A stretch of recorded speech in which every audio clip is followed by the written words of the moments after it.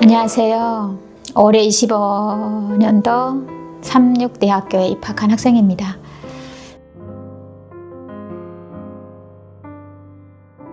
북에서 나온 지도 이제는 거의 28년, 27년 됐죠.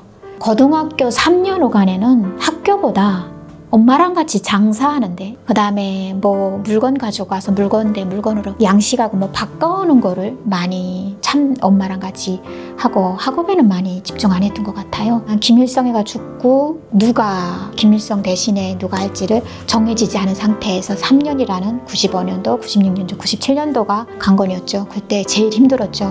근데 북에서는 생각도 못할 그런 돈을 중국에 가면 벌 수 있다는 소개로 중국을 건너게 됐죠. 돈을 벌 수 있다고 소개한 사람이 팔려고 그걸로 돈벌이로 사람을 데려가는 거에 섞인 거죠. 그래 가고 보니까 팔린 거였어요. 팔려서 산 사람이 또 다른 사람한테 팔고 또 다른 사람한테 애 아빠 되시는 그 분한테 가고, 그래서 3번에 걸쳐서 넘어갔죠.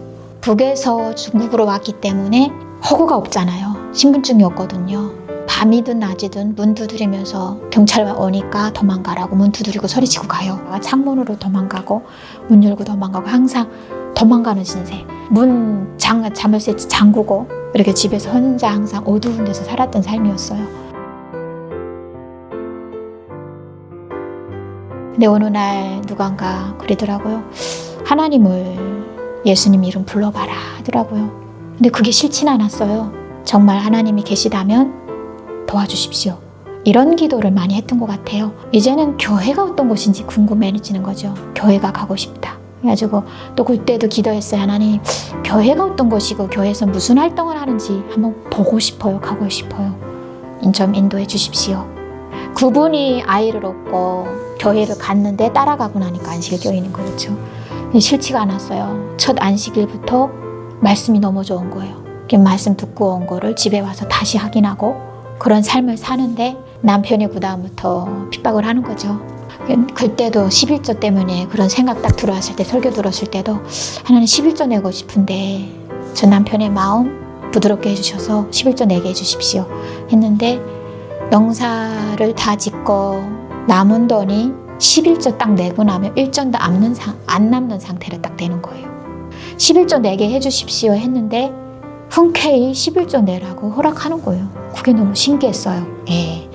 근데 그 돈을 내고 나면 손에 남는 게 하나도 없는데 허무하게 보일 수 있겠지만, 그거를 흔쾌히 해마다 한 3, 4년을 허락한다는 게 너무 감사했어요. 근데 후에 그것이 보답으로 다시 받았어요. 그래가지고 더 떳떳하게 남편한테 말씀대로 살아서 우리한테 손해된 게 뭐 있냐고 떳떳하게 말할 수 있는 시간까지 가지게 되게 됐고요. 한국에 오게 된 거는 중국의 분위기가, 특히 조선족들은 한국에 돈 벌러 나가는 것이, 그러니까 저를 데려오던 더 한 10배 이상을 내고도 한국에 가려고 하는 상태였어요. 그만큼 한국에 대한 열풍이 엄청 강했던 거죠. 2000년 전에는. 17년이 돼서사 그 길이 열리더라고요. 제가 살던 그 마을에 한 20명 정도가 북한 사람들이 드나들었는데 유일하게 한 3명이 남아있었어요. 아이 낳고 3명이 남아있는데, 한 친구가 한국에 갈 브로커를 손잡았는데 지금 당장 대답해야만이 열흘 후에 출발한다는 거예요. 좀 시간 주고 기도 좀 해보고 좀 뭐 생각 좀 해보고 대답해야 되지 않겠니 하니까, 그러면 자긴 간대요. 그래가지고 그 자리에서 끝났어요. 근데 진짜 열흘 되니까 간다고 치면 떠나는 거예요. 야, 이거 진짜였네? 그럼 나도 해줘 하니까, 해줄게, 내 뒤 따라오게. 그래가지고 손을 봐가지고 이동하기 시작했죠. 전도회를 한다고 전단지가 들어왔는데, 하나님의 군대를 모집합니다 하는 전단지 제목이었어요.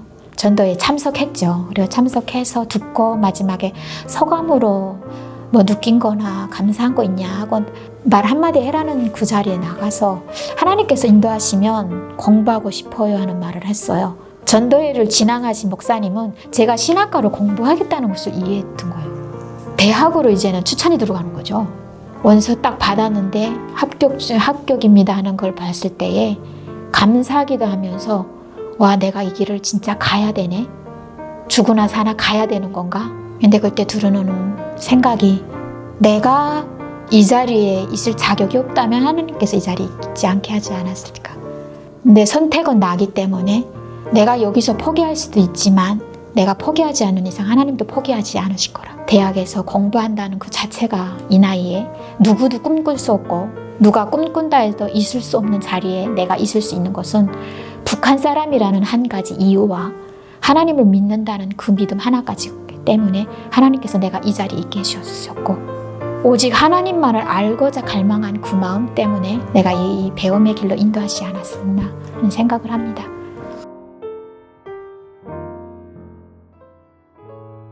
하나님께 아뢰고 내 마음을 아시는 분이 있다는 것을 느끼는 그것이 너무 행복해요.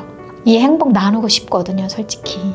내가 믿는 하나님에 대해서는 나를 지금까지 인도해 주셨고 하나님의 섭리가 있었다고 믿는 이 모든 것이 다른 사람들하고 공유하고 싶거든요. 느끼길 원하거든요.